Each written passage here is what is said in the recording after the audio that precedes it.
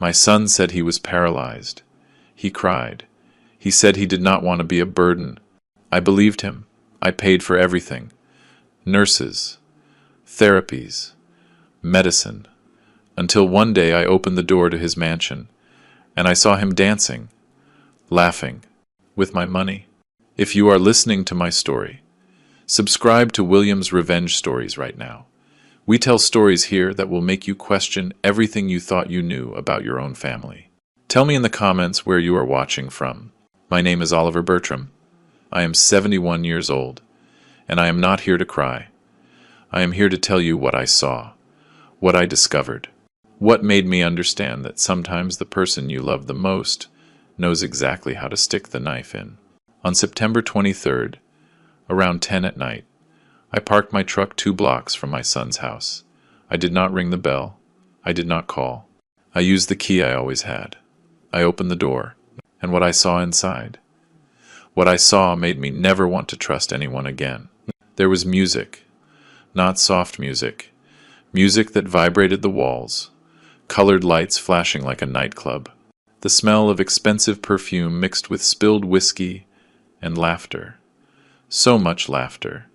In the center of the room, with a crystal glass in his hand, moving his hips to a song I did not recognize, was Leo, my son, the one doctors said would never walk again. He was dancing, like he had never been in a wheelchair, as if the last 8 months had been a damn movie that I paid for, not knowing it was fiction. Beside him, in a tight red dress, was Valerie, the nurse I paid $4,000 a month to take care of him. But she was not wearing a white uniform that night. No, she was wearing stilettos and holding a glass of champagne.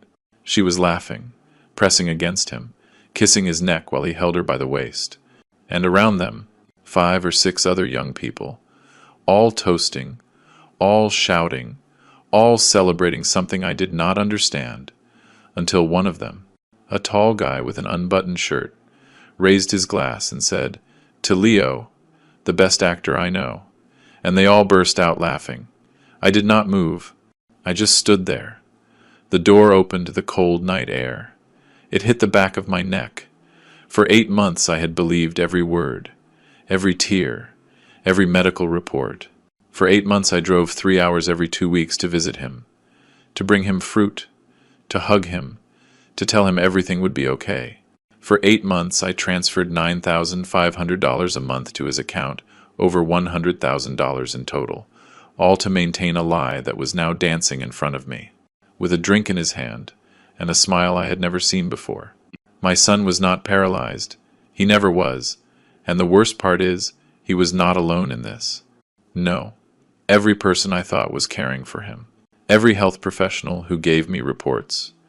Every tear he shed when I arrived. It was all part of a plan so well executed that even a man like me, who has spent 40 years closing deals and spotting lies, fell for it like an idiot. Because when it is your son, when it is your blood, you do not look for the lie. You look for hope. And they knew that, and they used it against me. I built my company from nothing. Bertram Construction, 40 years of putting up buildings, negotiating contracts, sweating under the sun while I laid bricks with my own hands. Today I bill over $20 million a year.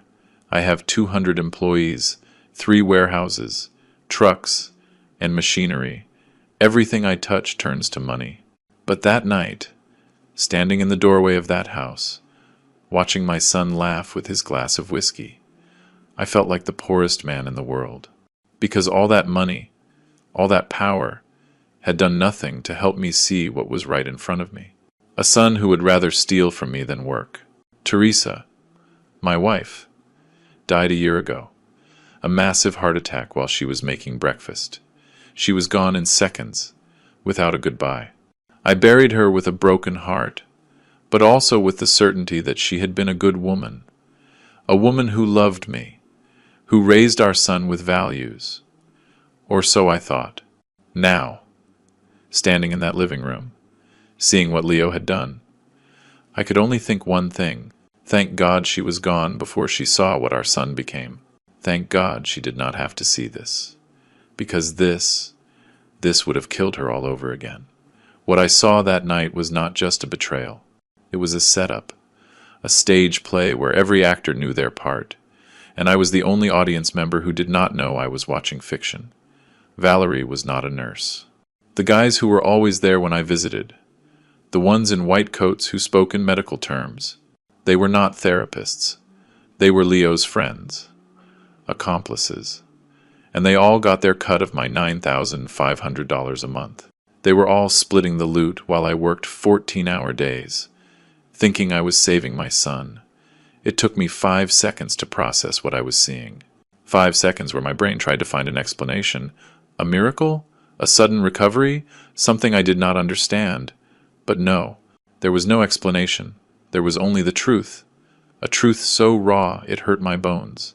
My son had deceived me, and he had done it with a terrifying precision, because to lie like that, to plan something like that, you have to be cold. You have to have ice in your veins. And I never thought my own blood could be so cold. Then Valerie saw him. She saw me. Her eyes went wide as saucers. She let out a choked scream. The music was still playing, but her scream cut through everything. Leo, who had his back to me, stopped dancing. He froze, completely still, as if time had stopped. Then, slowly, he turned his head and saw me. Our eyes met, and in that moment, in that exact second, I saw something in his eyes I will never forget. I did not see regret. I did not see shame. I saw panic. The panic of a thief caught with his hands in the safe. The glass in his hand started to shake. His fingers lost their grip. The crystal fell. It shattered on the marble floor with a sound that split the air. The music stopped. Someone hit the button. The silence that followed was so heavy I felt like it was crushing me. All eyes were on me now. Leo's friends, Valerie, all frozen, as if they had just seen death walk in. And maybe they had. Maybe in that moment, the Oliver who left his house 3 hours earlier, the Oliver who still believed in his son, died right there, and another was born. One who no longer had room for forgiveness. To understand why it hurt so much, you need to know where I come from. I was born in a neighborhood in Dallas where the water came once a week and the power went out every other day. My father was a construction worker. He killed himself working 10 hours under the sun for $30 a day. My mother washed clothes for rich families just to feed us. I was the oldest of 6 kids. I learned from the age of 8 that nobody in this life gives you anything. If you want to eat, you work. If you want to study, you work. If you want to live with dignity, you work your fingers to the bone. And that is what I did. At 19, I dropped out of school, not because I wanted to, but because there was no money. My father fell from scaffolding and broke his hip. Someone had to support the family. That someone was me. I got a job in a hardware store. I earned a pittance, but I was smart. I watched the customers. I learned what they needed, and one day I told the owner, "Let me sell door to door. I will bring you new clients." He gave me a toolbox, and I went out knocking, under the sun, in the rain. I had the door slammed in my face 1,000 times, but on the 1,001st, someone bought, and then another, and another. By 25, I had my own truck. By 30, my first storefront. By 40, 3 warehouses and 50 employees. By 50, I was a millionaire. But it was not luck. It was blood. It was not sleeping. It was sacrificing birthdays, Christmases, Sundays. It was watching my father die, knowing I had achieved what he never could. And when Leo was born, when I held that baby in my arms, I swore I would teach him the same thing my father taught me, the value of hard work. Because a man who does not know how to work is not a man. He is a parasite, and I was not going to raise parasites. That is why I never gave Leo anything easy. He worked at my company. Yes, in the warehouse, with the other employees. He earned $2,000 a month. He had an old 2015 Nissan. He lived in a 2-bedroom apartment that I rented to him. He did not lack anything, but he had no luxuries, and that drove him crazy. Dad, my friends go to Miami every month. They have Mercedes, and I am here, carrying boxes like an idiot. I always gave him the same answer, looking him straight in the eye. When you build your own business, you can travel wherever you want. But as long as you work for me, you live on what you earn. Teresa supported me. Well, most of the time. But there were nights. When we turned out the light, she would whisper quietly, "Oliver, maybe we should give him a little more. He is our only son." And I would stroke her cheek and say, "My love, if we give him everything now, he will never learn. It is better he suffers a little now and is strong later. Or do you want him to end up like those rich kids who are 40 and do not even know how to pay a bill?" She would sigh, kiss me, and fall silent. She trusted me. She always trusted me. I wish she had not. Leo hated me for that. He did not say it, but I saw it in his eyes, in how he looked at me when I pulled up to the office in my new truck, while he was still in his old Nissan, in how he gritted his teeth when his friends bragged about their vacations, and he had to say, "I cannot. I am working." I thought it was passing resentment, that in time he would understand, that one day he would thank me. But no, the resentment did not pass. It grew, it rotted, and it turned into something worse, into a plan to take everything from me without working another day in his life.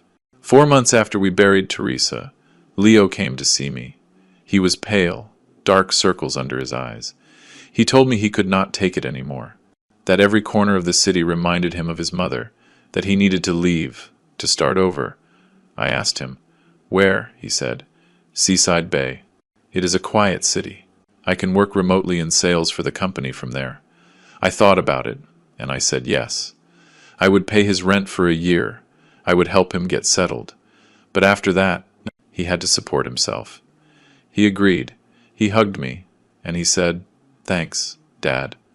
I promise I will not disappoint you." And I believed him. God, how I believed him. He moved to Seaside Bay 3 weeks later, a coastal city, 3 hours from Dallas, touristy, expensive.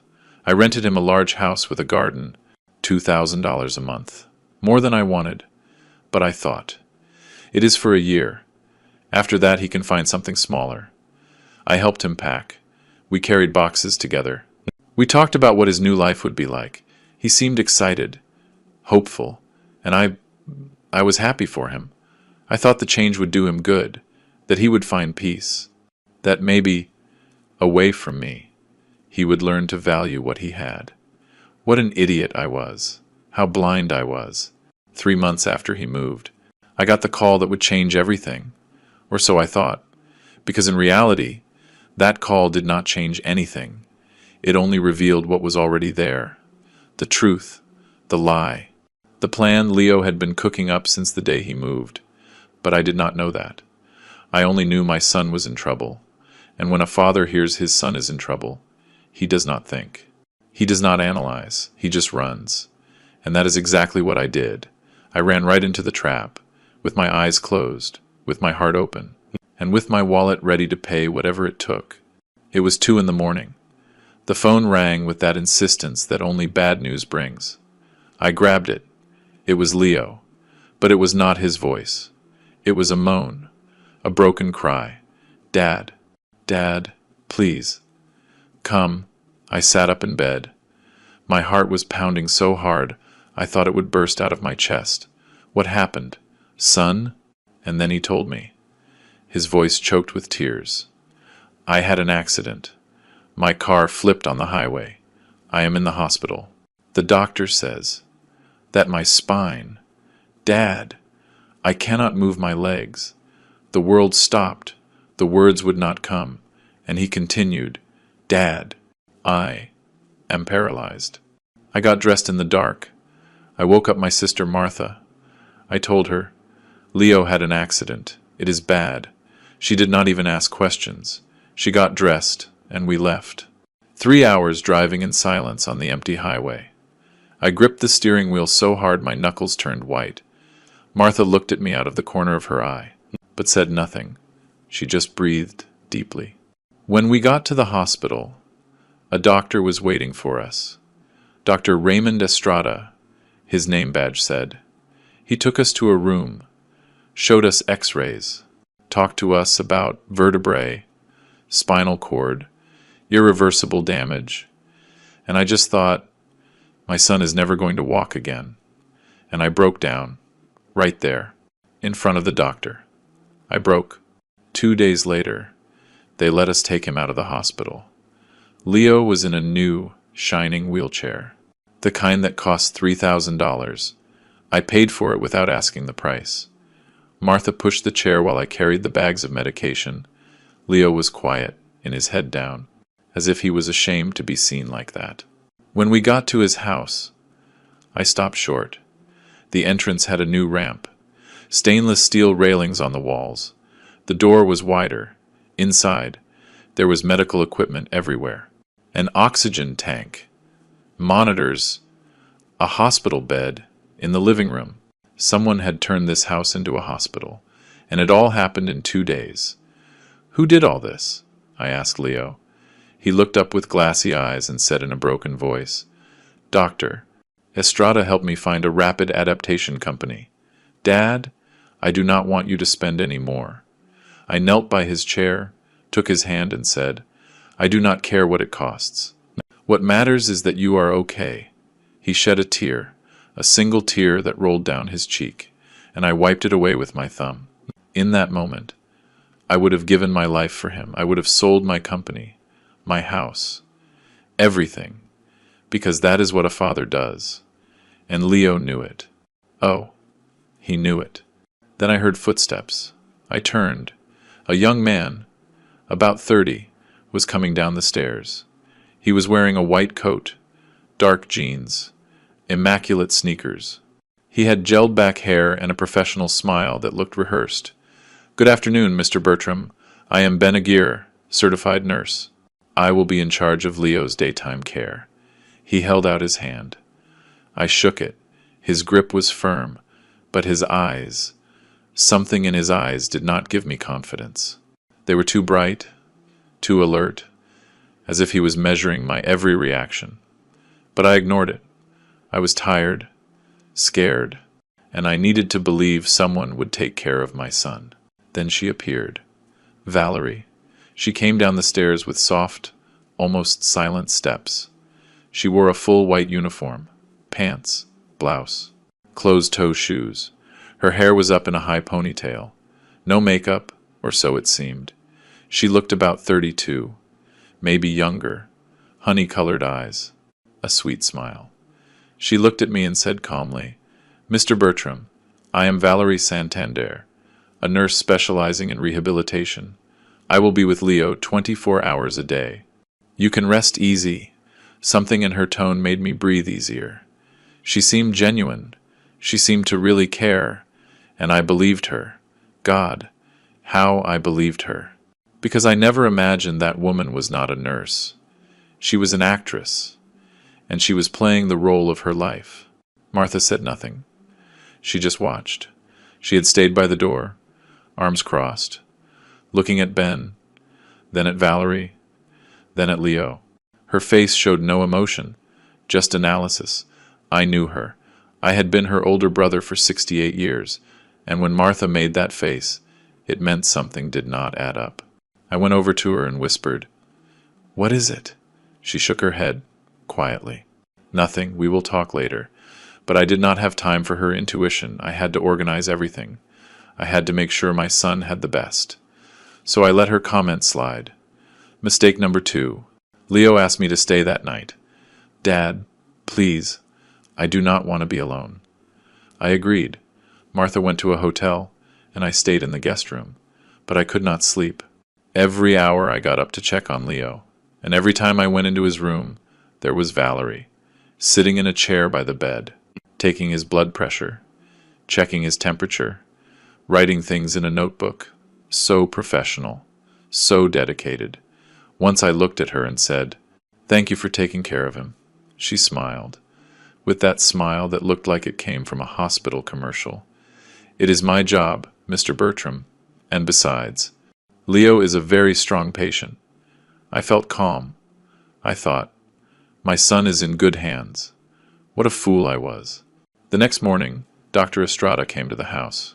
He carried a leather briefcase. He greeted Leo with familiarity, as if they were old friends. Then he asked to speak to me privately. We sat at the dining room table. He took out folders, x-rays, printed reports, with the logo of a clinic I had never heard of. Mr. Bertram, he began in a serious voice, Leo's injury is severe. Lumbar level 4 and 5. He has 50% sensitivity in his legs, but he cannot support his weight. He is going to need intensive physical therapy, permanent nurses, anti-inflammatory drugs, probably surgery in 6 months. I listened with a heavy heart, and then he asked, "Are you prepared for the costs?" "I do not care about the cost," I said without hesitation. "Do whatever is necessary. Hire whoever is necessary. If my son can improve even 1%, I will pay whatever it takes." The doctor nodded slowly, as if he expected that answer. He took out a sheet with a breakdown of expenses. He put it in front of me. Nurses, $4,500 a month. Specialized physical therapy, $3,000. Medications, $2,000. Equipment and supplies, $1,000. Total, $9,500 a month. I looked at it. I took a deep breath and said, "Okay, I will transfer it every month." I signed a contract right there, without reading it completely, without asking for a second opinion, because I was desperate, and desperate people do not think. They just pay. What I did not know at that moment, what I could not even imagine, was that every word from that doctor was a lie, that those x-rays were from another patient, that the clinic on the logo did not exist, that Dr. Raymond Estrada had 3 ethical complaints against him, and sold fake reports for $5,000, that Ben was not a nurse, but Leo's best friend from college, that Valerie had never set foot in a nursing school in her life, that everything, absolutely everything I was seeing, was theater, a theater so well staged, that even a businessman like me, used to spotting fraud, fell for it without suspecting a thing. Before I left that afternoon, I hugged Leo. He was sitting in his chair by the window, looking at the sea in the distance. I put my hands on his shoulders and said, "You are going to get through this. Son, I promise you." He turned to look at me. His eyes were red. He grabbed my hand and whispered, "Forgive me, Dad. Forgive me for being a burden." I felt my chest tear open.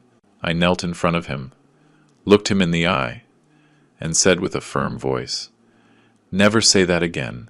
Never. You are not a burden. You are my son, and I will take care of you until my last breath." We hugged. I cried on his shoulder, and he cried too, or so it seemed, because now I know those tears were as fake as everything else. Martha was waiting for me outside, leaning on the truck. When I came out, she looked at me with that face she always made, when she knew something I did not want to hear. "Oliver, that nurse, he is too young. Do you not think it is weird that someone so young has so much experience?" I got angry. "Martha, please, my son is in there, destroyed, and you are here looking for weird things where there are none." She said no more. She got in the truck in silence, and I drove back to Dallas with a heavy heart, but also with the peace of mind of knowing I had left Leo in good hands. Or so I thought, because the truth is, I had left him in the hands of wolves, and I had just put the meat in their mouths. I went back to my life in Dallas, but it was not the same.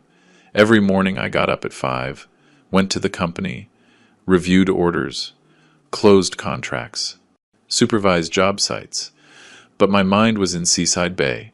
Every time the phone rang, my heart raced, thinking it was an emergency. Every night before sleeping, I sent Leo a text, "How are you, son?" And he always replied the same, "Here, Dad, fighting, 2 words, 2 damn words that broke my heart, and I kept transferring the money. Religiously, every first of the month, $9,500 a month, without fail, without complaining, because he was my son, and a father does whatever it takes. I could not visit him every week. My company needed me.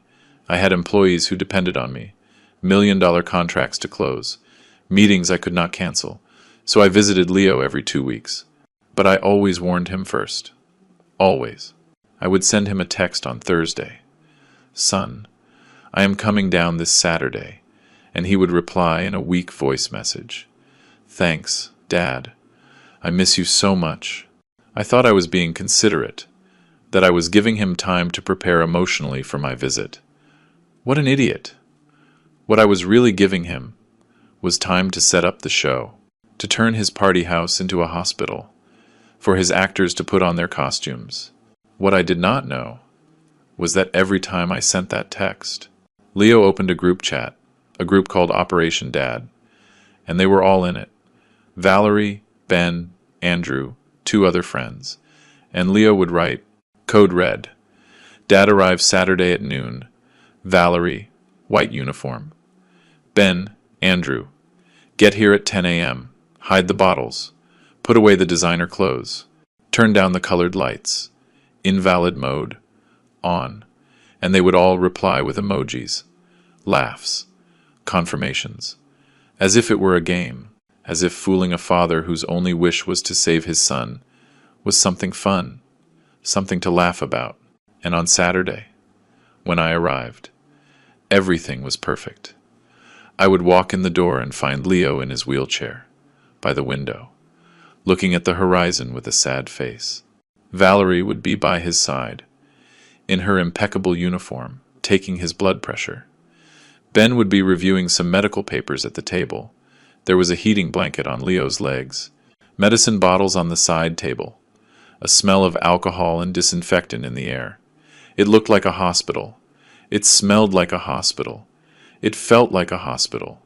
And I would walk in with a bag of fruit, with books, with vitamins, and I would say, "Son, I brought you oranges. They say vitamin C helps." And he would smile weakly. "Thanks, Dad. You did not have to." I would stay for 2 or 3 hours. We would talk. He would tell me how the therapies were going. Ben would chime in with medical terms. "We are working on joint mobility. There is improvement in his reflexes." Valerie would nod. She would show me a notebook with notes that looked real, graphs, schedules, all so professional. I felt hopeful. "See? Son, you are improving." And Leo would shake his head with tears in his eyes. "I do not know. Dad, sometimes I feel like I will never walk again." And I would hug him, tell him not to lose faith, that I would always be there. And inside, I was dying of helplessness, of pain, while they were counting the minutes until I left so they could go back to the party. But there was someone else in Seaside Bay, someone who was not in the group chat. My niece Chloe, Martha's daughter. She was 26 and worked as an accountant for an export company in that city. She had lived there for 2 years, and every time I went to visit Leo, I would tell Martha, and Martha would tell Chloe, "Your uncle is going to see Leo this Saturday. Why do you not stop by and say hello?" And Chloe would stop by. But she always warned him first. She would text Leo, "Cousin, I will be there in an hour." And Leo had time to set up the theater for her too. Chloe would arrive, see her cousin in the chair, hug him, cry with him, and she fell for the lie too. Until one Tuesday, Chloe had a day off. She was bored. She decided to stop by and see her cousin without warning, just to keep him company for a while. She arrived at 3 inches the afternoon. She rang the bell. No one answered, but she heard music inside. Not soft music, reggaeton, loud. She rang again. Nothing.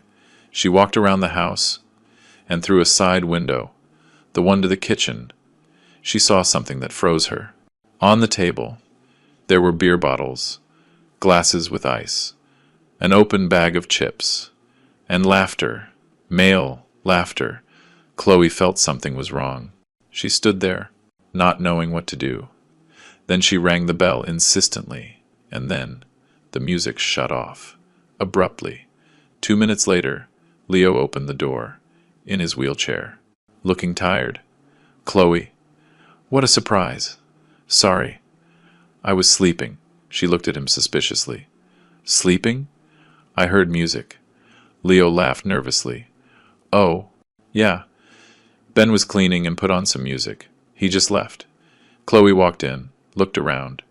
Everything was normal, but something was strange. A glass with ice, still not melted. On the table, a bag of chips that was still crinkling, and on the floor, next to the sofa, she saw something that made her heart race. A red high heel, a woman's heel, elegant, expensive. It was not a nurse's shoe, it was a party shoe. Chloe said nothing. She stayed for half an hour, talked to Leo. Noticed he was nervous, sweating, looking towards the stairs every 2 minutes, as if someone was hiding upstairs. When she said goodbye, she kissed his forehead and said, "Take care, cousin." But as she left, she took out her phone and sent a message to her mother. "Mom, something is not right." I went to Leo's house without warning. There was music, bottles, and a red high heel in the living room. "It is not normal," Martha read the message, and she felt that what she had suspected from the beginning was about to be confirmed. And what Chloe saw that afternoon was the first thread that began to unravel the whole lie. Martha replied, "Do not say anything to your uncle yet.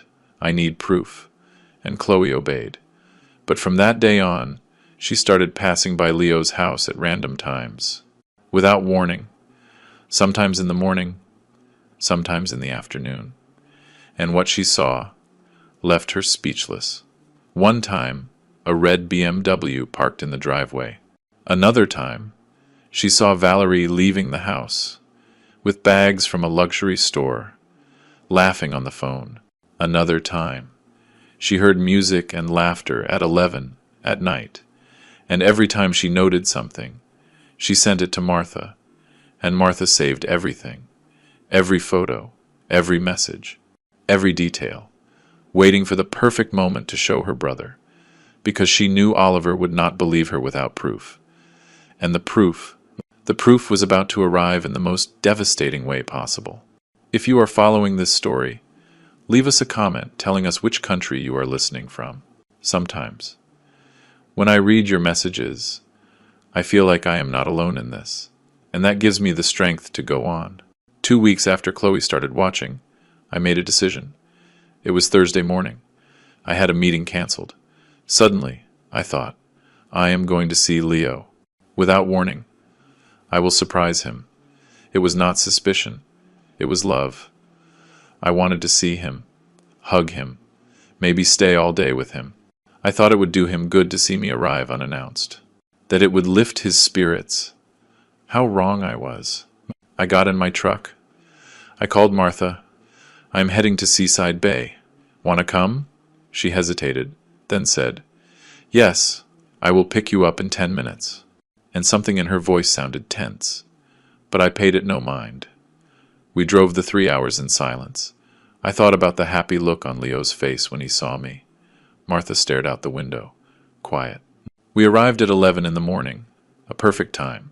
Leo would be awake, maybe having breakfast, maybe in his morning therapy. I parked in front of the house. Martha stayed in the truck. "I need the restroom first," she said. "Wait for me here." I nodded, got out, walked to the door. The sun was strong.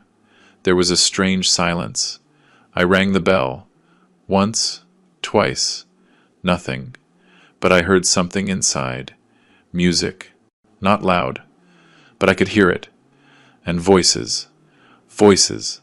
At 11 in the morning. Who would be there besides the nurses? I rang again. Harder. Absolute silence. The music stopped. And then I heard hurried footsteps, someone running inside the house. I took out my key, the same one Leo had given me. For emergencies. Dad.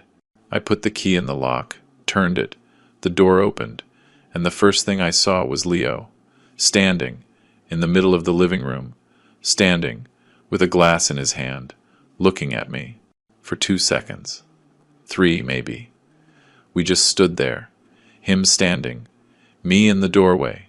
His eyes went wide as saucers. The glass trembled in his hand, and I felt something was wrong. But before I could process what I was seeing, before my brain connected the dots, Leo shouted with an emotion that seemed real. "Dad, you are not going to believe this. 3 steps. I took 3 steps today." He staggered, dramatically, as if he could barely hold his own weight. He dropped the glass, grabbed the back of the sofa. "It was this morning. Dad! In therapy with Ben." Suddenly, I felt my legs, and I could stand up, just 3 steps. But 3 steps. Tears started rolling down his cheeks. And I forgot everything. I forgot the music was on. I forgot he had a glass in his hand, as if he were drinking something. I forgot he had run to open the door. I only saw my son crying, saying he had taken 3 steps. And I ran to him. I hugged him. "Son, it is a miracle. I knew it. I knew you would get better." And he sobbed on my shoulder. "Thanks, Dad. Thanks for never giving up on me." Valerie appeared out of nowhere, in her white uniform, perfectly put together, as if she had been there the whole time. "Mr. Bertram, it is true.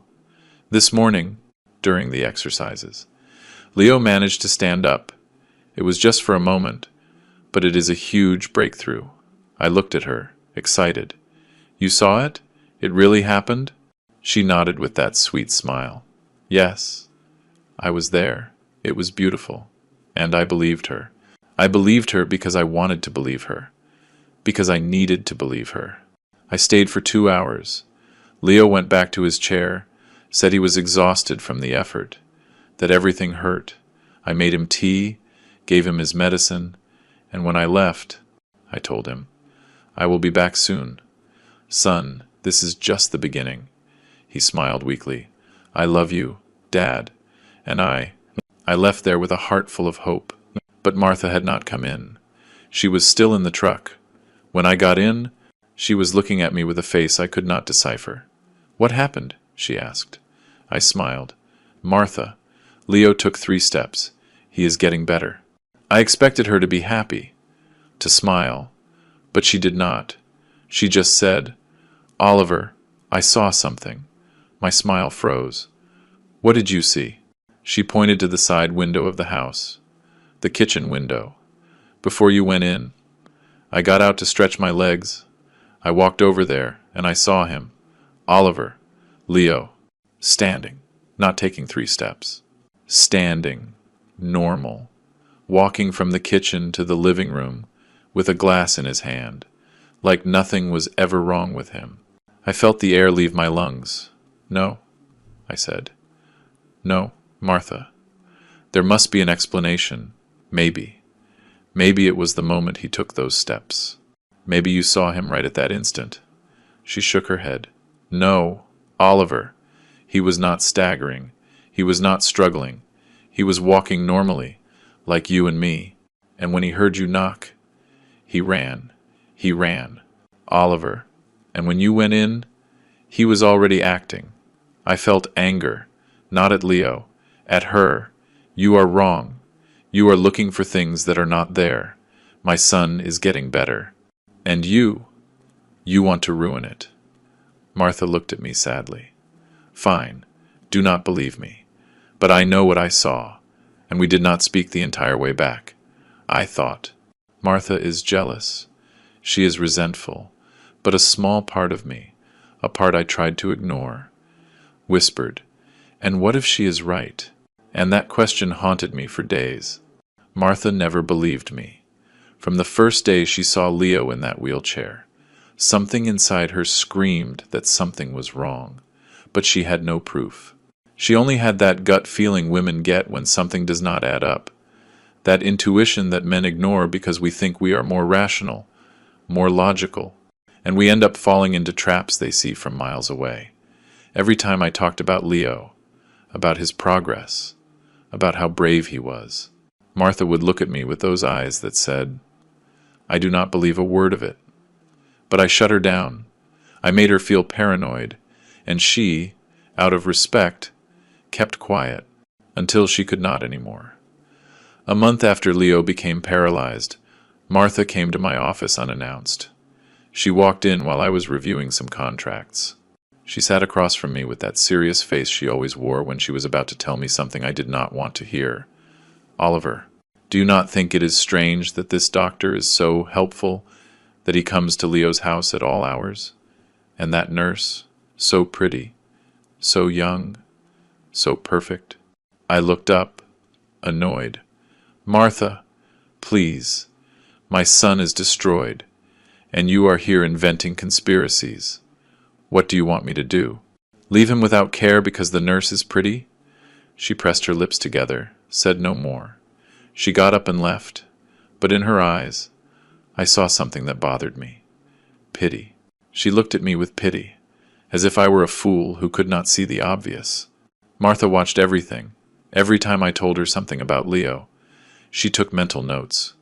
"Why does Leo not want to move in with you, Oliver? You said you offered 3 times, and he always says no." I explained patiently. "Because he has his doctors there. He has his routine. He says if he moves in with me, he will lose his independence, that he will feel more like an invalid." Martha raised an eyebrow. "And is it not convenient? That because of that, he needs you to pay for everything there?" I got angry. "Do not be cruel, Martha. My son is not faking paralysis to get money from me. No one would do something like that." And she would fall silent. But I knew she did not believe me. I knew she was waiting for something. Some proof, some mistake from Leo, and that mistake came.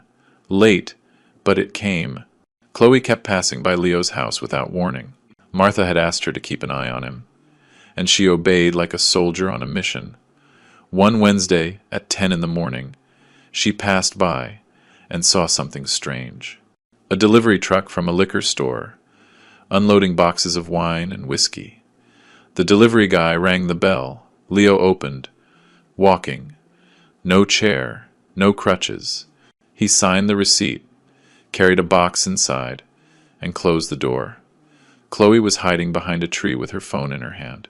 She could not take a picture, because she was too far away. But she saw him. She saw him walk as if he had never been paralyzed. She called Martha, trembling. "Mom, I saw him." He walked. I saw him carry a box of whiskey. Martha took a deep breath. "Are you sure, Chloe?" "Completely." Martha did not tell me anything yet. She knew I would not believe her without solid proof, without photos, without videos, with only Chloe's testimony. I would accuse her of being jealous, of making things up, of trying to destroy my relationship with my son. So she waited.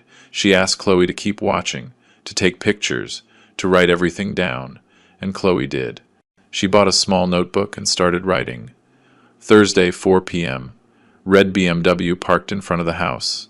License plate TGH 421, not Leo's. Saturday, 11 p.m. Loud music. Colored lights in the windows. Male laughter. Monday, 2 p.m. Valerie came out with 4 bags from the Miramar boutique. Expensive clothes. New heels. Smiling on the phone. One afternoon, Chloe went further. She dared to ring the bell when she heard several people inside. She rang. The music stopped immediately. Silence. She waited. 2 minutes later, Leo opened, in his chair, sweating. Chloe, what a surprise. She walked in and saw Ben coming out of the kitchen, buttoning up his white coat in a hurry. She saw Valerie coming downstairs, fixing her hair, and on the table she saw glasses with half-melted ice, bottles someone had tried to hide, but were still sticking out from behind the sofa. Chloe smiled, acted normal, just stopping by to say hi, cousin. But when she left, her heart was pounding so hard she thought it would explode.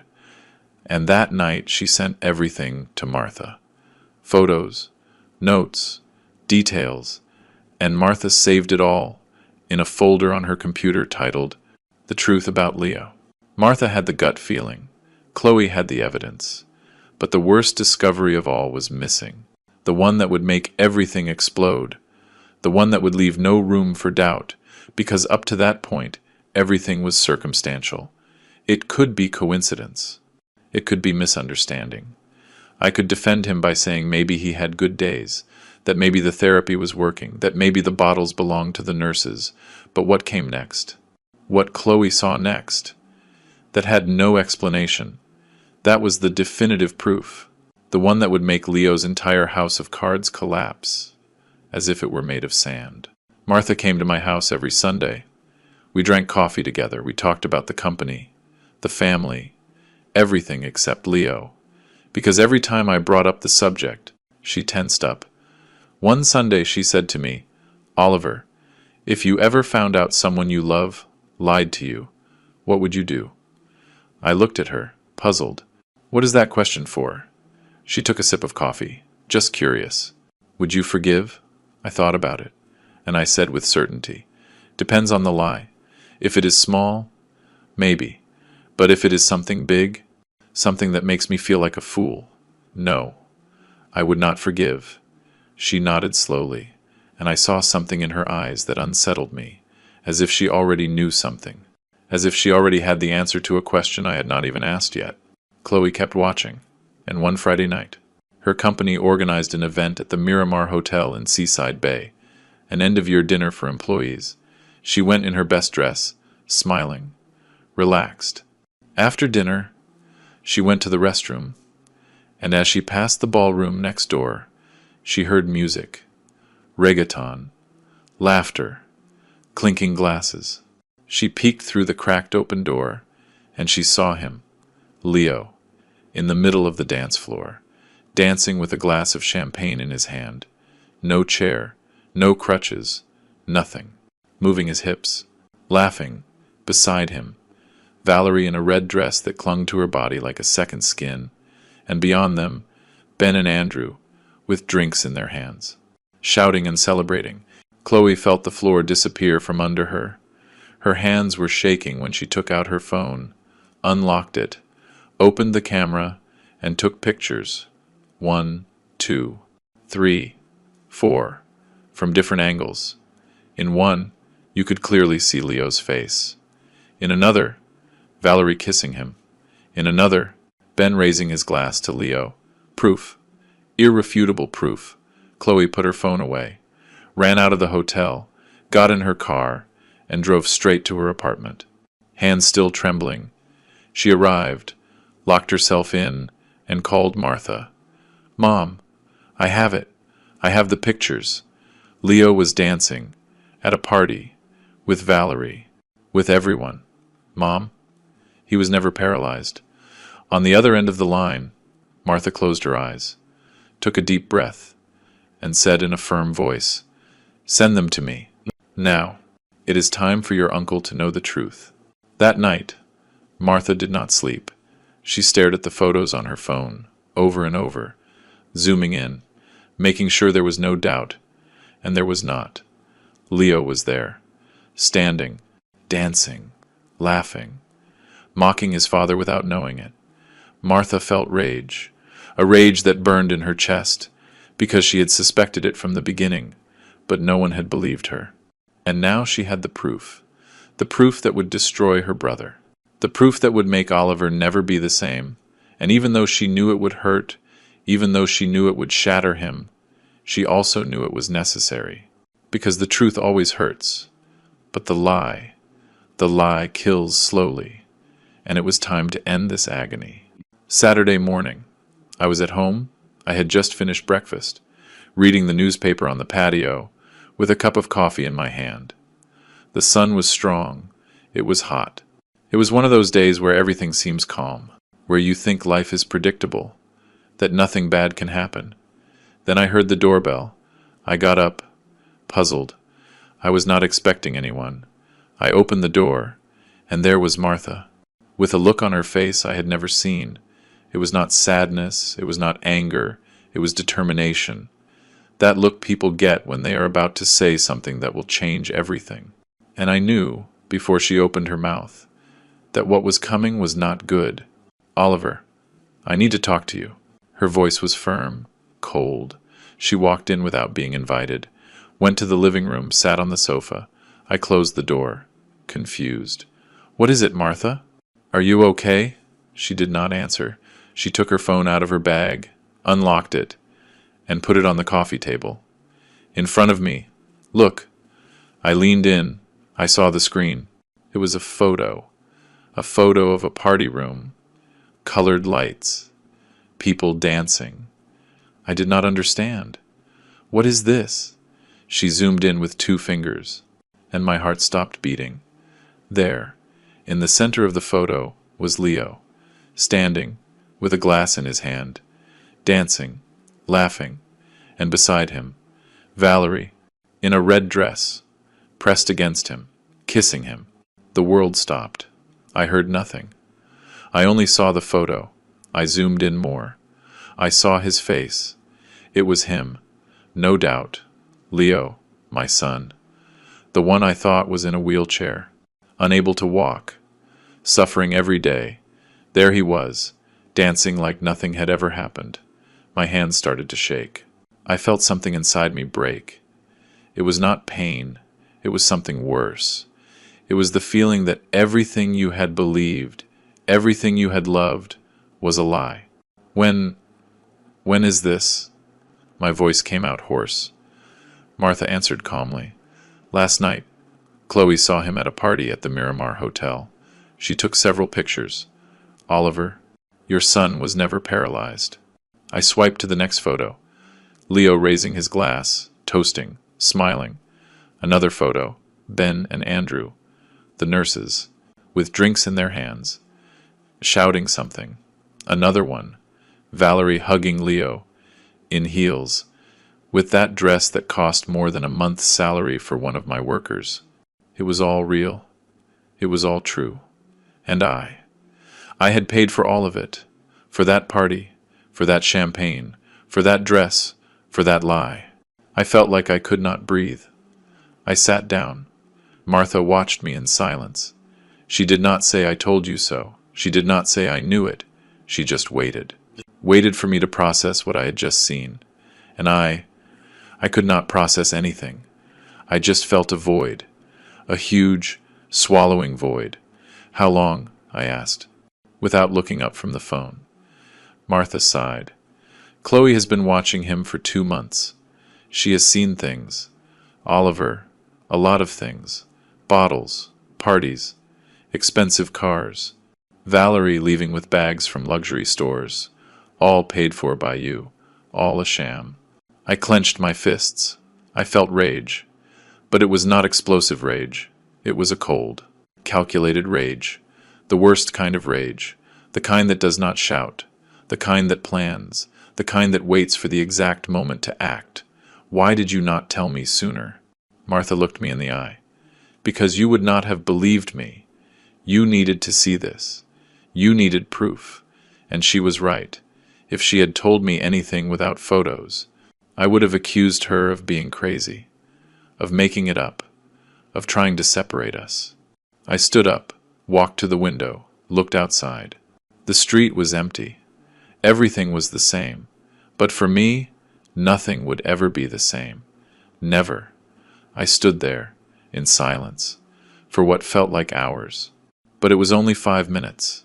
5 minutes, in which my brain replayed every visit, every tear from Leo, every dollar I had transferred, every word he had told me. It was all a lie. Every hug, every thanks, Dad, every "I love you," all of it. Fake.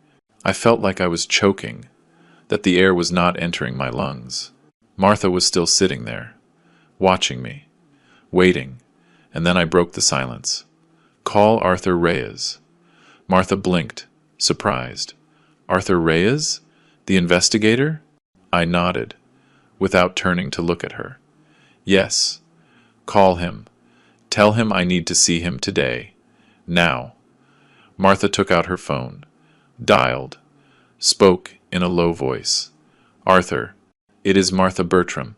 My brother Oliver needs to talk to you. It is urgent. Can you come to his house?" Pause. "Yes, now."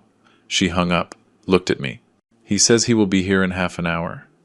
I kept staring out the window, thinking, planning, because if Leo thought he could fool me like this, if he thought I would just sit back, he was very mistaken.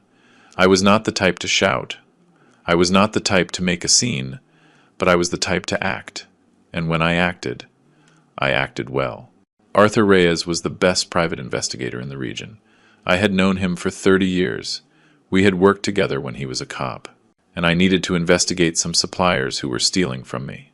Then he quit the force, set up his agency, and since then, I called him whenever I needed information I could not get through other means. He was discreet, efficient, relentless. If you asked him to investigate someone, he brought you everything, even what you did not want to know. And that was exactly what I needed. I needed to know everything, every detail, every lie, every accomplice, every dollar Leo had spent of my money. Everything, because I was going to destroy him. Not with shouts, with proof. Half an hour later, Arthur knocked on the door.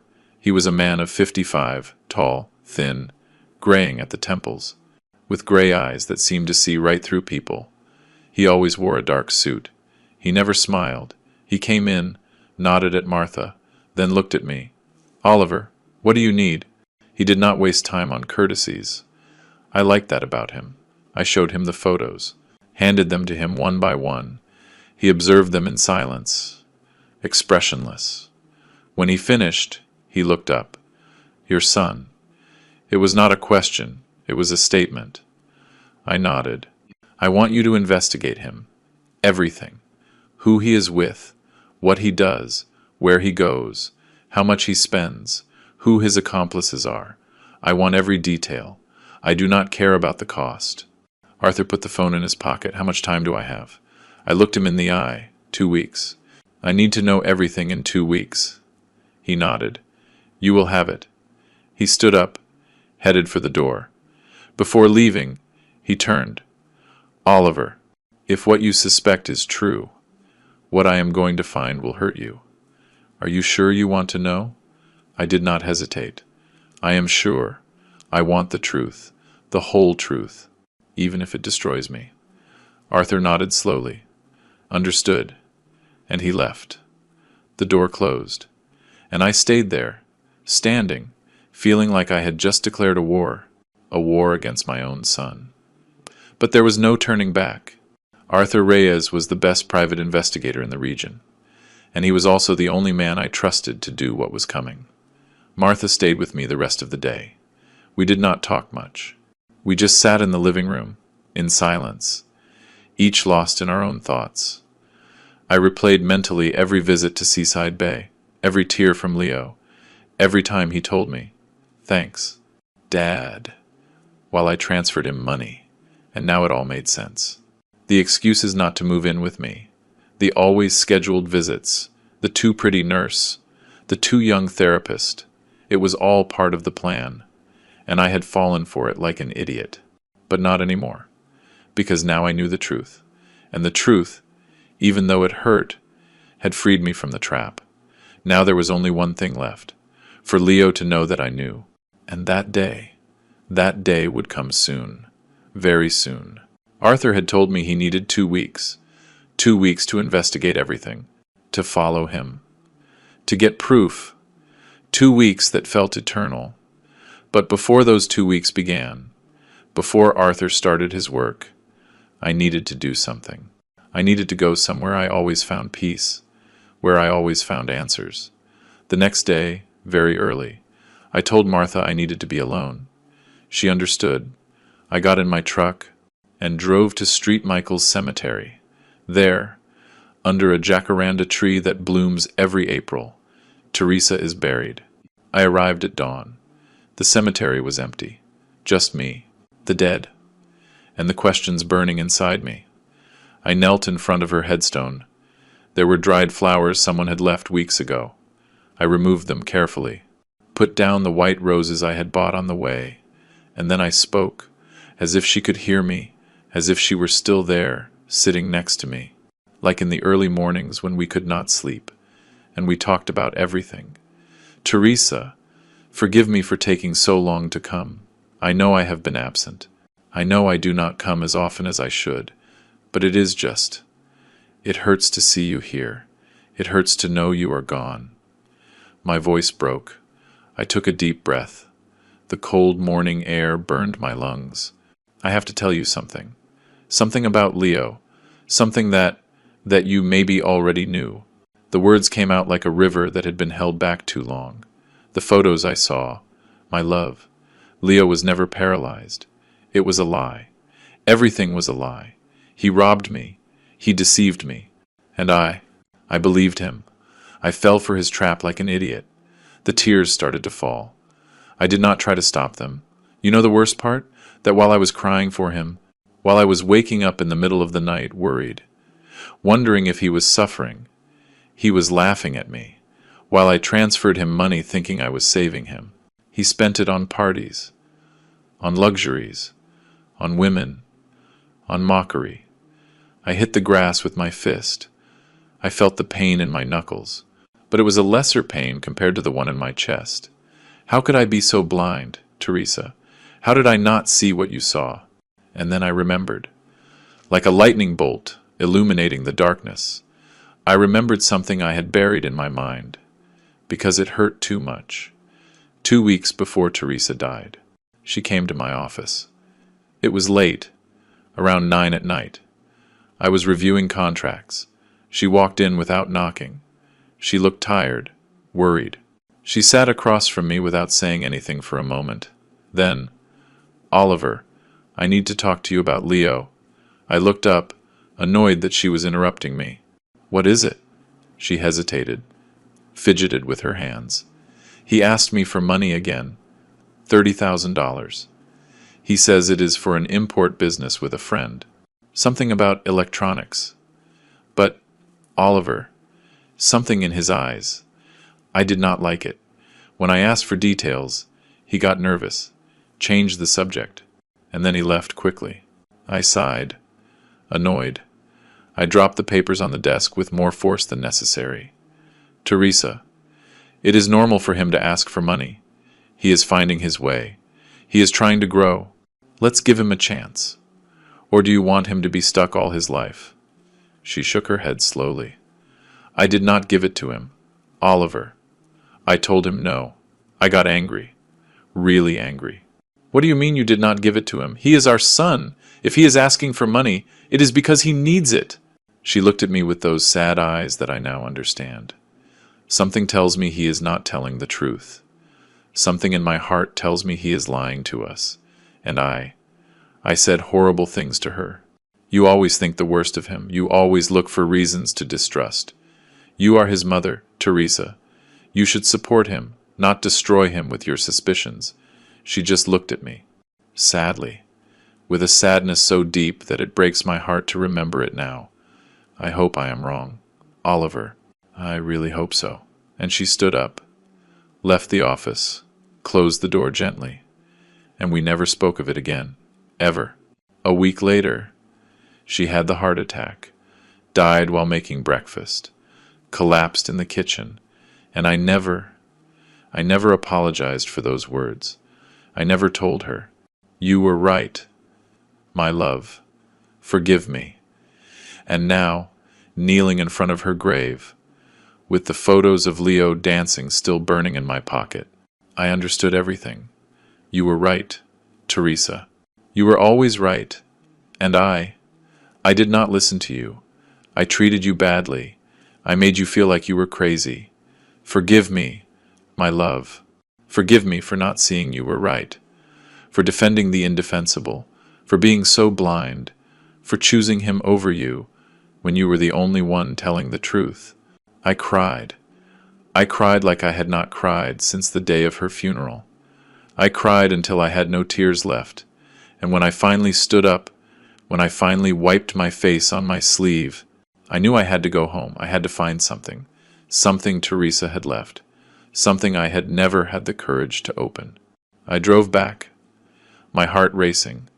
I entered the house, went straight to our room, the room we shared for 42 years, which is now empty without her, which smells like memories and pain. I opened her closet. Her clothes still hung there. I have not been able to remove them. I cannot. They still smell like her perfume. And on the top shelf, behind some shoeboxes, I saw what I was looking for, a small wooden box. With a lock, I took it down. My hands were shaking. It was heavy. I looked for the key. I found it in her jewelry box, hanging on a silver chain, along with a folded note. I opened it. I recognized her handwriting immediately. For Oliver, when you are ready to hear what I could never say out loud, I love you, Teresa. My heart sped up. My hands were sweating. I opened the box with the key. Inside, there was a diary, brown leather, worn by the years, with her handwriting on the cover, thoughts I never said out loud. I took it out. I held it in my hands as if it were the most fragile thing in the world, because it was. It was the last thing I had left of her. Her thoughts, her voice, her truth. I opened the first page, and I began to read. The first pages made me smile through my tears. They were about us, about how we met at that town fair, about our first date, about our wedding, about the day Leo was born. Leo was born today. He is perfect. He has Oliver's eyes and my nose. When I held him, I felt like my life finally had meaning. I will protect this child with my life. Beautiful words. Words full of love. But then, as I moved through the pages, the entries changed. They became darker, more worried. Leo is 15, and he already lies with an ease that scares me. Today he told me he was at the library studying. I saw him at the mall with his friends. When I asked him, he invented another story without blinking, without guilt, without remorse. I kept reading, page after page of worries Teresa never told me, of small lies she detected and I ignored. Leo asked me for money for school books. I gave him $20. I found the books in his room, unopened, with the price tag still on. When I asked about the money, he said he used it for transportation. But his friend told me Leo has a new car. I do not know where he got it. I am scared. Scared that my son is becoming someone I do not recognize. Oliver does not see it, or does not want to see it. Every time I try to talk to him about Leo, he gets angry, says I am paranoid, that I see things that are not there, but I know what I see, and it terrifies me. Tears fell on the pages, staining the ink, but I could not stop reading. And then I reached the last entry, dated exactly 3 days before her death. The handwriting was shaky, as if she had written in fear, in a hurry. Today Leo asked me for $30,000. He looked me in the eyes and lied to me. I know it. I feel it in my bones. I feel it in my mother's soul. Oliver got angry with me when I told him. He said horrible things to me, that I do not trust our son, that I always look for the bad. And maybe he is right, maybe I am crazy, but I have to write this because if I do not, I will suffocate. I am afraid Leo will become what I fear most. A man who wants everything without giving anything. A man who uses the people who love him. A man without dignity. Like the father my Leo never knew. God, please let me be wrong. Please, because if I am right, then I have failed as a mother. I closed the diary. I hugged it to my chest, and I understood everything. Teresa knew. She always knew. She died with that fear, with that guilt, thinking she had failed, and I made her feel that way. I silenced her. I ignored her, and now I had to do what she could not, put a stop to it, not out of rage, out of dignity, for her, for me, for the memory of the only person who always told the truth. I had known Arthur Reyes for 30 years, when I was building my company, just starting out. I had problems with suppliers stealing materials. I needed proof to sue them. Arthur was a cop back then, an honest cop, one of the few left. I hired him privately. He got me everything, photos, videos, documents. Thanks to him, I got my money back, and I put 3 guys in jail. Since then, whenever I needed information I could not get through normal means, I called Arthur. He had retired from the force at 45, opened his private investigation agency, and became the best, the most discreet, the most lethal. Because Arthur did not bring you assumptions, he brought you truths, truths that hurt, but truths nonetheless. I gave him 2 weeks. I want to know everything. Arthur, who my son is with, what he does every day, where he goes, how much he spends, who his friends are, who this woman claiming to be a nurse is, who these guys claiming to be therapists are. I want bank records. I want photos. I want videos. I do not care how you get it. I do not care about the cost. Just bring me the truth. Arthur took out a notebook, wrote everything down, looked at me with those gray eyes that never showed emotion. Are you prepared for what I am going to find? I clenched my jaw. I am prepared for anything. He nodded. Give me 15 days. I will bring you a full report. And he left my house like a shadow, silent, lethal, unstoppable. During those 15 days, I continued my normal life. I went to the office, reviewed contracts, supervised job sites, but inside, I was dying. Every night, before sleeping, I stared at the ceiling and thought about Leo, about all the times I had hugged him, all the times I had told him, "You are going to get through this." And I wondered, when did he start lying? From day one? Or was there a moment when he actually considered telling me the truth? I did not know, and maybe I never would. But what I did know was that there was no turning back. I could not pretend I had not seen the photos. I could not keep paying for his lie. This was ending, one way or another. Leo called me twice that week. The first time, to tell me he had a slight improvement in his legs. "Dad, the doctor says maybe with an experimental surgery, I could get some mobility back, but it costs $30,000. I felt my blood boil. $30,000 for another lie, for another sham. But I said nothing. I just replied, "Let me think about it." "Son, that is a lot of money." "I need to check the finances," he insisted. "But Dad, it is my only chance." I cut him off. "I will call you later." And I hung up. Martha, who was with me, looked at me. "Are you going to give him the money?" I shook my head. "Not one more dollar. Not one. It is over." And I said it with a coldness I did not even recognize in my own voice. The second call was worse. Leo was crying, said he felt alone, that he missed his mother, that sometimes he thought it would have been better to die in the accident.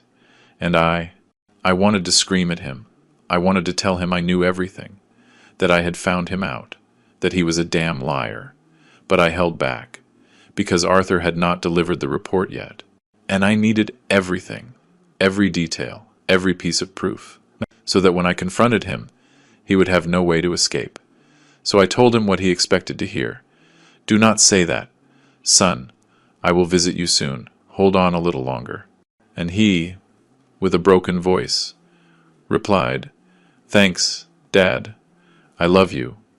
And I did not reply. I just hung up, because I could not say, "I love you too." I did not know it was all a lie. On the 14th day, Arthur arrived at my house. He brought a thick, brown folder. I sat across from him at my desk. Martha was there too. Arthur opened the folder slowly. "Oliver, what I am about to show you is going to hurt. But you asked for the truth, and here it is." He took out photos, many photos. Leo entering expensive restaurants. Leo at a shopping mall, carrying bags from luxury stores. Leo on a yacht, with a beer in his hand, surrounded by friends. Leo kissing Valerie in a parking lot. All the photos were recent, from the last week. My paralyzed son, living like a millionaire, with my money. I felt something inside me die forever, Arthur continued. He took out a document. Valerie Santander, 32 years old, not a nurse. She is a freelance model. Has an Instagram profile with 20,000 followers. Met Leo 2 years ago at a bar. They've been dating ever since. She knows about the sham. She is an accomplice. Then he took out more papers. Ben Aguirre and Andrew Molina. Friends of Leo's from college. Never studied medicine. Ben is a graphic designer. Andrew works at an advertising agency. Leo pays them $500 each time you announce you are visiting. They show up, dress as nurses, and play their part. And when you leave, they leave too. I felt sick. Everything. Everything was an act. Every person I thought was caring for my son was a paid actor. But the worst was yet to come. Arthur took out an envelope, bank records, of the $9,500 a month you transfer him.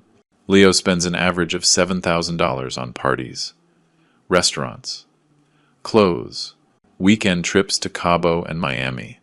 The rest he splits between Valerie, Ben, Andrew, and Dr. Raymond Estrada. He opened another document. Speaking of Dr. Estrada, he is a real doctor. Yes, but he has 3 malpractice suits and 1 for document forgery. He sells fake medical reports for $5,000. Leo paid him exactly that amount the day he got out of the hospital. I have the receipt. My world collapsed. Every piece fit. Every lie had its price, and I had paid for all of it. Then Arthur took out his tablet. There is something else you need to see. He touched the screen. A video started playing. It was Leo, on a beach, Cabo, the location said. He was drunk, very drunk, dancing without a shirt, with a beer in each hand, shouting something. Arthur turned up the volume, and I heard the words that destroyed me. My old man is an idiot. I told him I cannot walk, and he sends me $9,500 a month. It is the best business of my life. The fool fell for it completely. His friends laughed, shouted. Leo raised his beers. To gullible fathers, to those who believe any lie. And they all toasted. Arthur stopped the video, looked at me. I could not speak. I felt something inside me break in a way that would never be fixed. There is more, Arthur said. He took out photos. Many photos. 3 months ago, Leo threw a party, a theme party. He showed me the first photo. It was a digital invitation, it said. Celebrate with me! 1 year in the chair! Anniversary party. Dress code. Hospitals and doctors. I felt like I could not breathe. Arthur swiped to the next photo. A cake. A damn giant cake, in the shape of a wheelchair. With sugar letters that said, 1 year faking and counting. The next photo showed Leo, standing, cutting the cake, surrounded by 80 people, all dressed as doctors. Nurses, patients, all laughing, all toasting. He spent $20,000 on that party, Arthur said. Rented a whole ballroom, live band, open bar, all paid for with your money. And they all knew. The 80 people who attended knew it was a sham. They all laughed. At you. I closed my eyes. I wanted to scream. But nothing came out. There was only silence. A silence that hurt more than any scream. Arthur was not finished. He took out a printed sheet, a screenshot. I got this from a contact in cyber police. Leo's Google search history. 1 month before your wife's death, I read, and I felt my heart stop, the searches said. How to fake paralysis. Symptoms of spinal cord injury. How much does a fake medical report cost? Hire actors to play nurses. How much money to live without working? It was all there. Black and white. Leo did not improvise. It was not something that occurred to him after the accident. It was planned, coldly, calculated, a month before my wife died.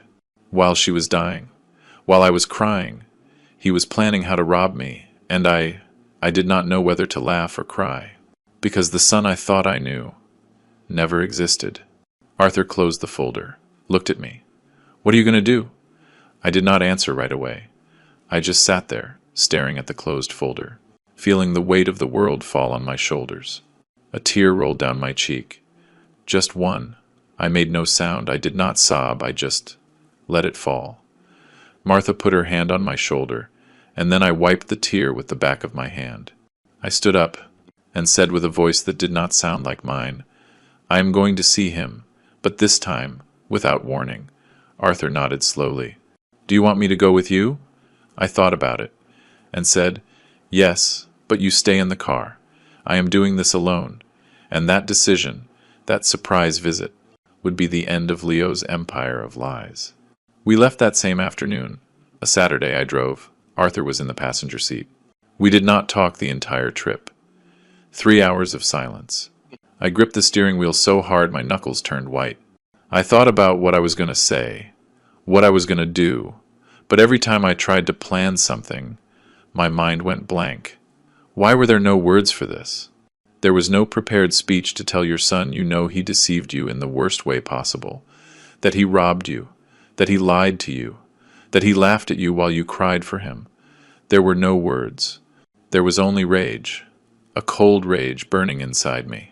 And when we got to Seaside Bay, when I parked 2 blocks from his house and saw the lights on, I knew nothing would ever be the same. It was 10 at night, the street was dark. Arthur and I sat in the truck, watching Leo's house from a distance. There were lights on in every window, and music, not soft music, reggaeton, loud, so loud we could hear it from where we were. Arthur looked at me. Are you ready? I took a deep breath. I nodded. Stay here. If I am not out in 30 minutes, come in. He said nothing, just nodded. I opened the truck door, got out, closed it softly, and started walking towards the house. Every step I took felt like I was walking towards a cliff, but I did not stop, because there was no turning back. As I got closer, I heard laughter, lots of laughter. Men, women, people celebrating. I reached the door, put my hand on the knob, took a deep breath. I put the key in the lock. The same key Leo had given me when he moved. For emergencies. Dad, he had said. What irony. I turned the key. The lock clicked open. I pushed the door. It opened without a sound. And what I saw on the other side, what I saw took my breath away. Not from surprise, because I already expected it, but because seeing it with my own eyes was 1,000 times worse than any photo. It was real, tangible, unforgivable. The living room was full of people, 8, maybe 10. There were open bottles of whiskey on the table, bottles that cost $120 each. There were 3 open, glasses with ice, limes, Japanese food in cardboard boxes, sushi, sashimi, the food Leo could not eat because his delicate stomach could not handle raw things. Colored lights flashed in the corners. Red, blue, green, like a club. The music pounded the walls, and in the center of it all, Leo, my son, standing, dancing, moving his hips with a glass of champagne in his hand, laughing, happy, free, as if he had never known a wheelchair, as if the last 8 months had not existed. Beside him was Valerie, in a black dress that clung to her body, high heels, hair down, perfect makeup, nothing like the nurse in the white uniform I knew. She pressed against Leo, hugged him by the waist, whispered something in his ear. He laughed, kissed her on the neck, and beyond them, Ben and Andrew, shirts unbuttoned, drinks in hand, shouting something I could not hear over the music. There were 2 other couples I did not know, all young, all laughing, all enjoying a party paid for with my money, with my pain, with my stupidity, and I just stood there, in the doorway, watching it all, feeling how every second that passed was like a knife sinking deeper. Then someone shouted something. A tall guy, with a beard, raised his glass to Leo. To Leo, the best actor in the world, the only one who could fool his old man for 8 months. And they all burst out laughing, all of them, Leo too. He laughed, raised his glass. Cheers! And they toasted. The glasses clinked. The music kept playing. And me? I felt something inside me break. But it was not sadness. It was something darker.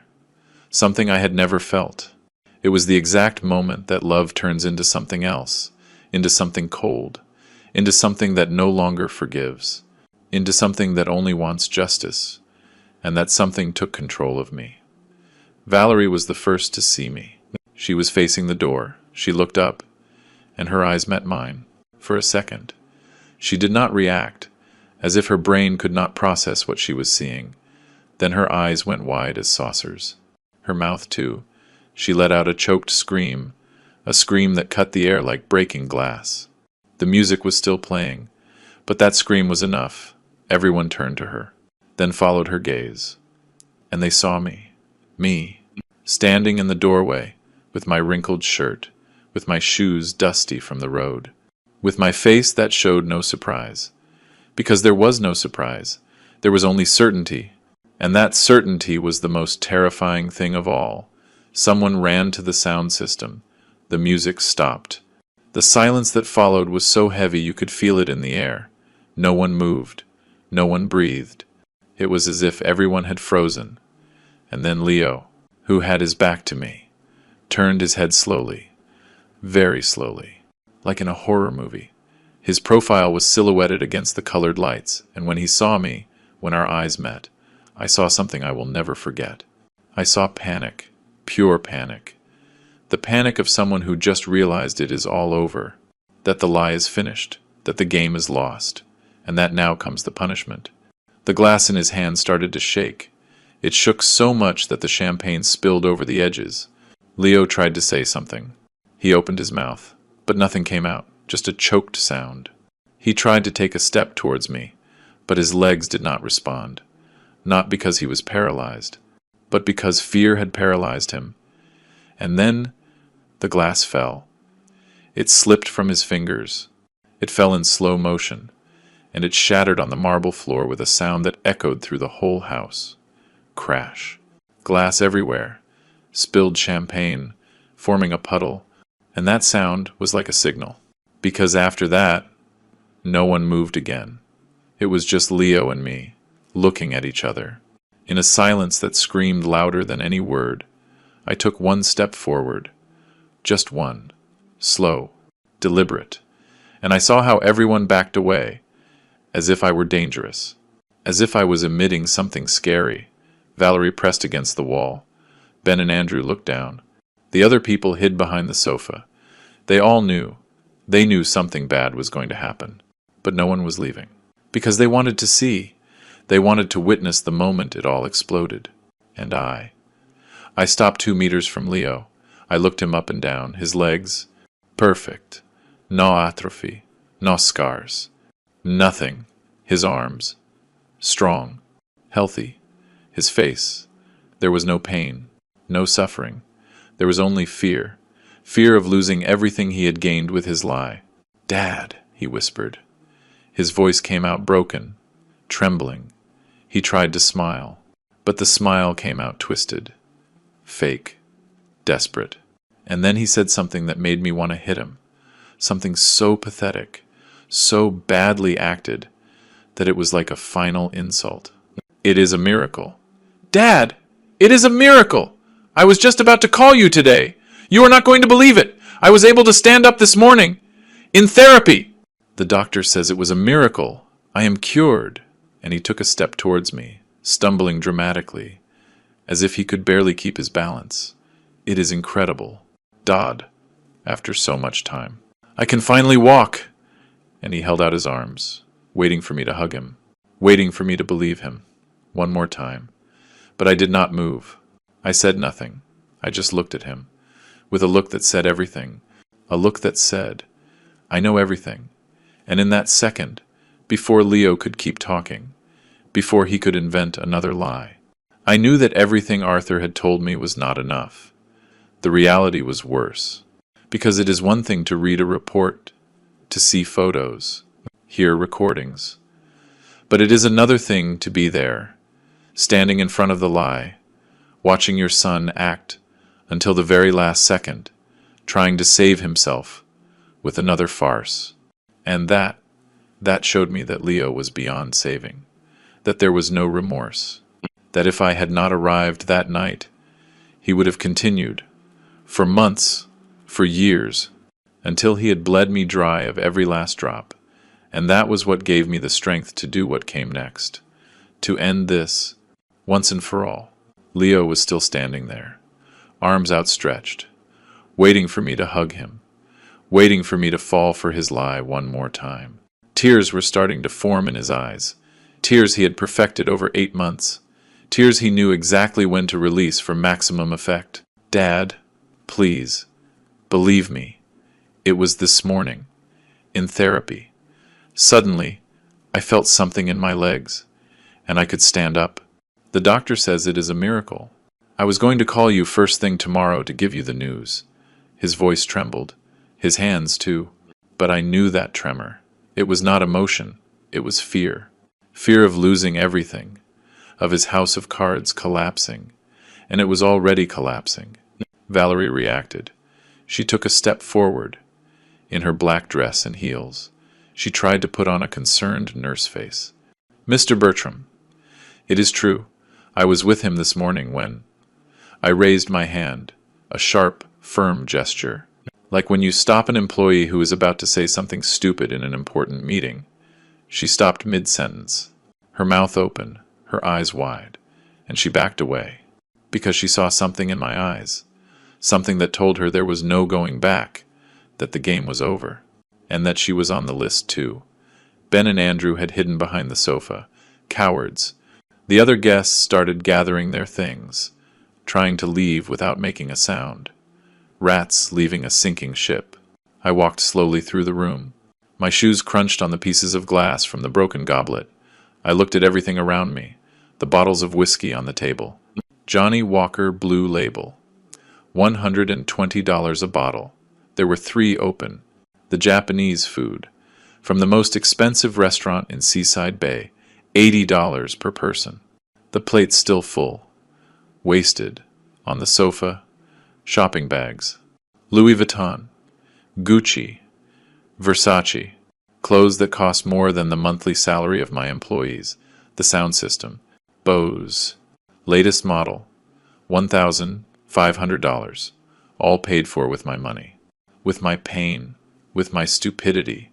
And I felt the rage rise in my throat like boiling lava. I turned to look at Leo. He looked at me with those eyes that used to melt me, those eyes that made me want to protect him from the world. But now I only saw a stranger, someone I never really knew. Do not bother. Leo. My voice came out low, very low, but sharp as a knife. I already know everything.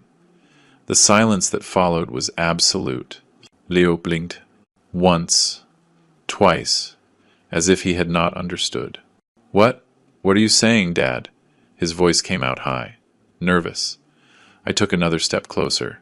I said, I know everything, every detail, every lie, every dollar you stole, and I watched the mask begin to fall, slowly, like paint peeling from a rotten wall.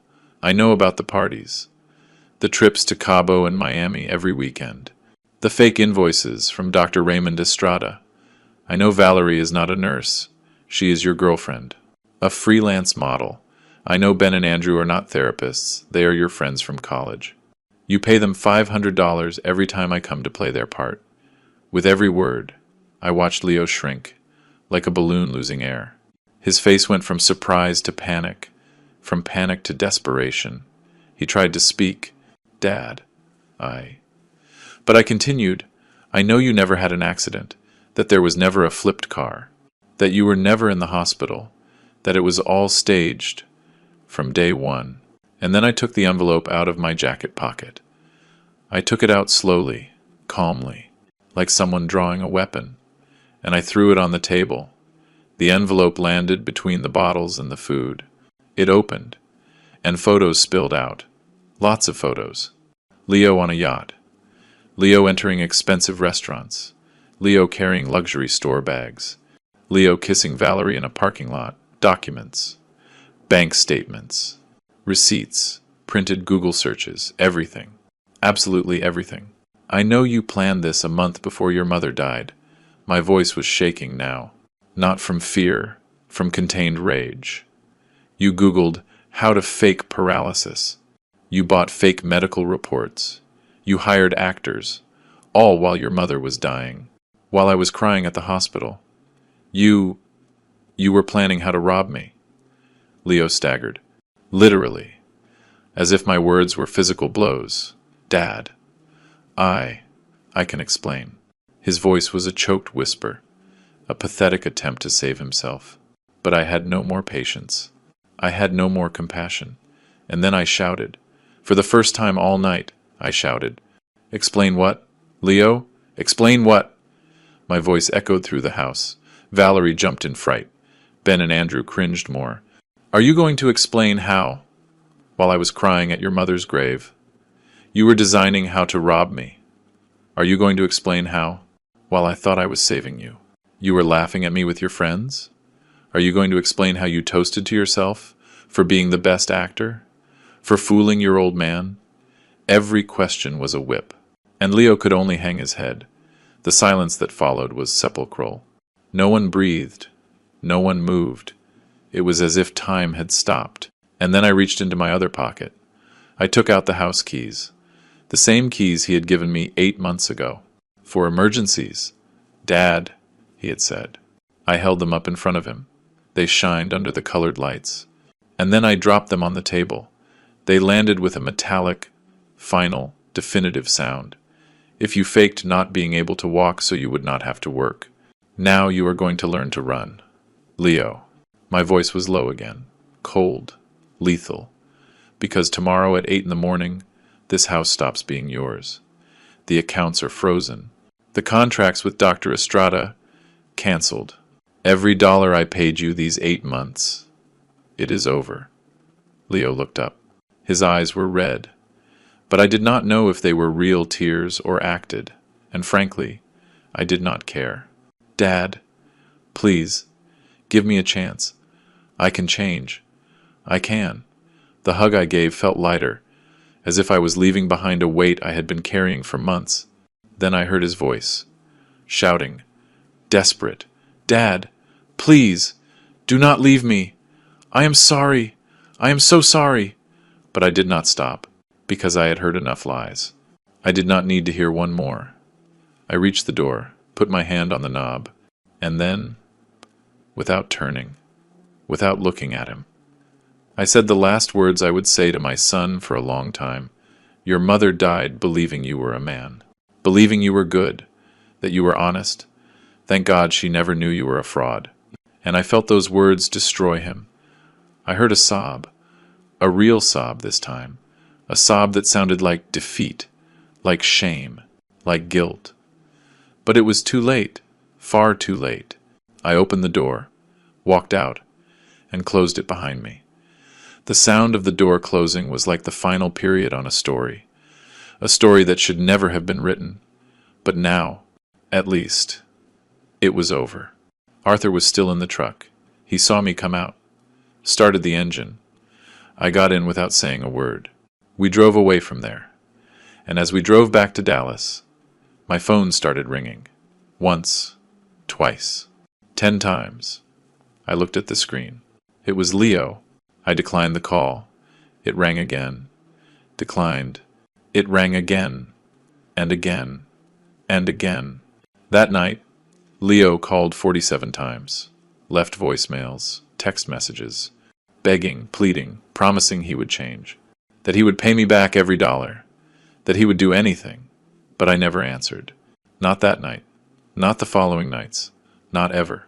Because some things, once broken, cannot be repaired. And my relationship with Leo was more than broken. It was dead. I got to Dallas at dawn. The sky was starting to turn orange, but I did not enjoy it. I went straight to my lawyer's office. I called him from the road. I need you now. Emergency. He was waiting for me with fresh coffee and a worried face. I told him everything. I showed him the photos, the documents, the bank statements. His face went from astonishment to anger. Son of a bitch, he muttered. And I nodded. I need you to freeze all accounts in Leo's name, cancel all contracts, evict him from the house, and recover every dollar you can. He got to work immediately. He called banks, judges, notaries. By 7 in the morning, everything was done. Accounts frozen, contracts canceled. The eviction order signed. At 8 o'clock sharp, an officer served the papers at Leo's house in Seaside Bay. Leo tried to call me again. This time he left a crying voicemail, saying he had nowhere to go, that he had no money, that he needed me. I deleted the message without listening to it all. Martha was with me. She looked at me. "Are you okay?" I nodded, and for the first time in 8 months, it was true. I was okay, because the weight I had been carrying, the weight of the lie, the worry, the guilt, was gone. It was not my problem anymore. Leo had chosen his path. Now he would have to live with the consequences. The following weeks were a whirlwind. Leo tried everything. He sent messages from unknown numbers. He came to the company. But the guards had strict orders. Mr. Bertram is not available for Mr. Leo. They saw him cry at the door, shout that he was his son, but no one let him in. He tried to talk to Martha. She hung up on him. "I have nothing to say to you, Leo. What you did to your father is unforgivable." He tried Chloe. She did not even answer. Leo was alone, completely alone, and that loneliness was exactly what he deserved. Because when you deceive everyone, when you use everyone, in the end, you have no one left. A month later, Arthur came to see me. "I have news about Leo." I looked at him. Part of me did not want to know, but another part, the part that still remembered the boy he once was, needed to hear. He had to sell everything. The car, the furniture, the designer clothes, everything. Valerie left him. Apparently, she was only with him for the money. What a surprise. Arthur smiled ironically. Ben and Andrew do not talk to him anymore. Dr. Estrada disappeared. Leo is living in a one-bedroom apartment in the industrial zone, and he is working. I looked up. "Working?" Arthur nodded. "As a salesman in an appliance store, 8 hours a day, earning $700 a month." Arthur opened his folder again. "There is more you should know about the accomplices." I leaned back in my chair. "Tell me." He took out some documents. "Remember I told you I would present all the evidence to the police? I did. Dr. Raymond Estrada was arrested 2 weeks ago. Forgery of documents. Fraud. 3 years in prison. He is already in the Seaside Bay jail awaiting sentencing." I felt a dark satisfaction. "And Valerie?" Arthur smiled ironically. "She arrived in Miami 3 days after you cut off the money. Apparently, she already has a new boyfriend. Rich, of course. Posted pictures on Instagram with him. A 60-year-old businessman. She does not waste time." I laughed humorlessly. "And Ben and Andrew?" Arthur closed the folder. "This is the best part. Leo is suing them. Yes, he is blaming them for everything. Says they forced him to lie. That they blackmailed him. They are fighting in court, spending what little they have on lawyers. Justice has funny ways of arriving." I felt something when I heard that. But it was not pity. It was satisfaction. A quiet satisfaction. Because Leo was finally learning what I had tried to teach him all his life. That nothing is given. That everything has a cost. That money is earned with the sweat of your brow. And that lying, stealing, deceiving only leads you to one place. To misery. Not financial misery. That is temporary. The misery of the soul. That is permanent. Anything else? I asked Arthur. He shook his head. "That is all. Do you want me to keep watching him?" I thought about it. And I said, "No, I do not care what he does anymore. My son died a month ago. The one left is a stranger." Martha came to see me on a Sunday. We had coffee on the patio. Like always. There was something different about me, and she noticed. "You look better," she said. I smiled. "I feel better." She took a sip of coffee.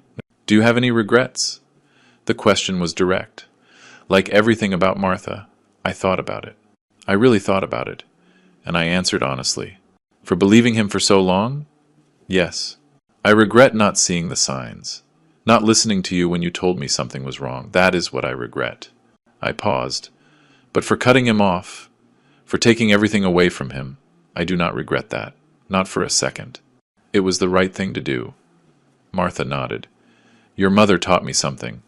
Oliver, she said, blood connects you, but dignity defines you, and you chose your dignity. Chloe came to see me, too. One afternoon, after work, she came into the office with a worried look. Uncle, how are you? I put down the papers I was reviewing. I am fine. Chloe. Really? She sat down.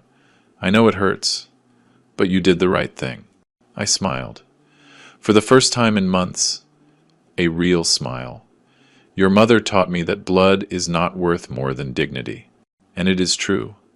Leo is my blood. But what he did, that was against my dignity. Against everything I believe in. And a man without dignity is not a man. He is a ghost. Chloe hugged me. I admire you, Uncle. Not many would have the courage to do what you did. And I felt that, for the first time. I had made the right decision. Every morning when I wake up, the first thing I do is go to the kitchen. I make coffee, sit at the table, and look at the picture of Teresa I have in the dining room. It is a photo from 10 years ago. She is smiling, in that blue dress she loves so much, and I talk to her, as if she were there. Hello, my love. You know, today is a good day, and I repeat the phrase that Leo never wanted to learn, the phrase that now lives in me like a mantra, like a universal truth. He who lies for comfort ends up disabled in dignity. And I feel that Teresa would be proud. Proud that I did not stay silent, that I did not let them keep robbing me, that I defended my dignity. 6 months after the day I opened that door, I received a letter. It came in the mail. The handwriting was Leo's. I recognized it immediately. I held it in my hands for a few minutes, debating whether to open it or not. Martha was with me. Are you going to read it? I nodded. I opened it. Inside were 3 handwritten pages. It began like this. Dad, I know I do not deserve for you to read this. I know I do not deserve your forgiveness, but I need you to know that I am sorry. I am sorrier than words can express. Every day I wake up with the guilt of what I did. Every night I go to bed thinking about how I destroyed everything. I am working. I am living on the bare minimum, and for the first time in my life, I understand what you tried to teach me. The value of work, the value of effort, the value of dignity. I kept reading. I am not asking you to forgive me. I am not asking you to speak to me again. I only ask that you know that I understood, that I learned, and that even though it is late, even though I lost everything, I am a different man now. I love you, Dad, and I am sorry, Leo. I folded the letter, put it back in the envelope. Martha looked at me. Are you going to answer? I shook my head. No. She seemed surprised. Why? I looked out the window. Because it is not out of anger or resentment. It is for liberation. I already mourned. I already closed that door. If I answer him, if I open it even a crack, he will come back. And he will come back with another story, with another lie.